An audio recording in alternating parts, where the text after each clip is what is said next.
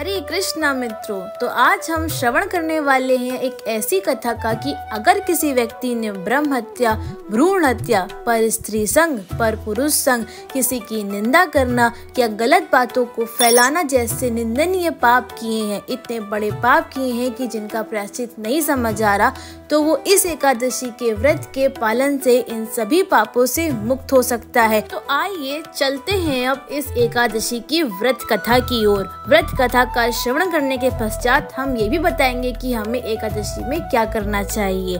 तो ज्येष्ठ मास के कृष्ण पक्ष में आने वाली एकादशी का नाम है अपरा एकादशी। अपरा एकादशी का वर्णन हमें ब्रह्मांड पुराण में महाराज युधिष्ठिर और भगवान श्री कृष्ण के संवाद में मिलता है। युधिष्ठिर महाराज ने भगवान श्री कृष्ण को पूछा, हे कृष्ण, हे जनार्दन, ज्येष्ठ मास के कृष्ण पक्ष में आने वाली एकादशी का नाम क्या है, उसके महात्म्य के बारे में बताइए, कृपया वर्णन करें। तब भगवान श्री कृष्ण ने युधिष्ठिर महाराज को कहा, हे महाराज युधिष्ठिर, आपने सचमुच बहुत ही समझदारी का और वास्तविकता से देखा जाए तो सबके लिए हितकार प्रश्न पूछा है। इस एकादशी का नाम है अपरा एकादशी। जो भी इस एकादशी के व्रत का पालन करता है वह समस्त पापों से मुक्त होकर अमर्यादित पुण्य संचय करता है। इस व्रत के पालन से अनेक घोर पापों से, जैसे कि ब्रह्म हत्या, भ्रूण हत्या, दूसरों की निंदा करना, अनैतिक स्त्री पुरुष संग करना, झूठ बोलना, झूठी गवाही देना,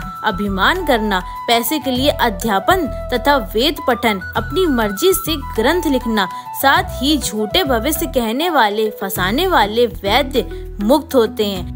लड़ाई से डर कर भाग कर आए हुए क्षत्रिय को नरक द्वार मिलता है, क्योंकि उन्होंने अपने धर्म पर पालन न करके अपने पतन के लिए जिम्मेदार वह होते हैं। परंतु इस व्रत के पालन से ऐसे क्षत्रिय को भी स्वर्ग प्राप्ति होती है। भगवान श्री कृष्ण ने आगे कहा, हे राजन, अपने गुरु से ज्ञान प्राप्त करने के पश्चात उनकी निंदा करने वाले शिष्य को पाप की राशियां मिलती हैं। उस निंदित व्यक्ति ने भी इस व्रत का पालन किया तो वह भी सभी पापों से मुक्त हो जाता है। हे राजाधिकार, कार्तिक मास में पुष्कर तीर्थ में स्नान करने से जो पुण्य प्राप्त किया जाता है, माघ मास में प्रयाग तीर्थ में स्नान करने से जो पुण्य प्राप्त होता है, काशी में महाशिवरात्रि पालन करने से, गया में जाकर विष्णुपाद पर पिंडदान करने से, गुरु जब भी सिंह राशि में आता है उस समय गौतमी में स्नान करने से, कुंभ मेले के समय केदारनाथ जाने से, बद्रीनाथ की यात्रा करने से, सूर्य ग्रहण के समय कुरुक्षेत्री ब्रह्म सरोवर में स्नान करने से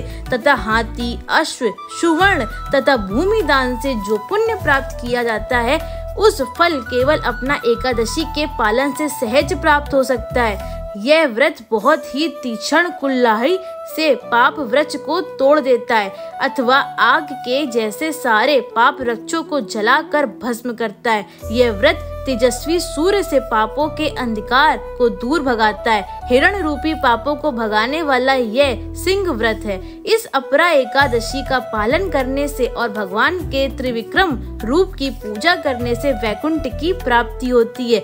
दूसरों के हित के लिए जो कोई भी इस महात्म्य को पढ़ेगा अथवा जो सुनेगा वह सभी पापों से मुक्त हो जाएगा। तो आप सभी को इस एकादशी की बहुत बहुत शुभकामनाएं। यहाँ पर हमने अपार एकादशी की व्रत कथा का श्रवण पूर्ण कर लिया है। अब ध्यान से सुनिए कि आपको अपार एकादशी के दिन सुबह ब्रह्म मुहूर्त में उठकर स्नान आदि करके अपने प्रभु विष्णु की, अपने श्री लड्डू गोपाल की पूजा करनी है, उन्हें स्नान कराना है। इसके बाद आपको मंत्र जाप, नाम जाप दिन भर में ज्यादा से ज्यादा करना है, जिससे कि आपका ये एकादशी व्रत फलदायक हो सके। और तो और आपको ध्यान रहे कि आपको चाय कॉफी का श्रवण, चाय कॉफी का पीना नहीं करना है, ना ही पल्सेस यानी कि दाल खानी है, ना ही अन्न ग्रहण करना है। दिन भर केवल प्रभु को याद करना है, तो आप अपने सभी पापों से मुक्त हो जाएंगे। अंत में मैं आपको यही कहूँगी कि आप सभी को इस एकादशी की बहुत बहुत शुभकामनाएं और अपने मित्रों को भी इस एकादशी के बारे में जरूर बताएं। हमारे चैनल को सब्सक्राइब किए बिना मत जाइए कि हर एकादशी हम एकादशी की कथा और रिमाइंडर को डालते हैं। हरे कृष्णा।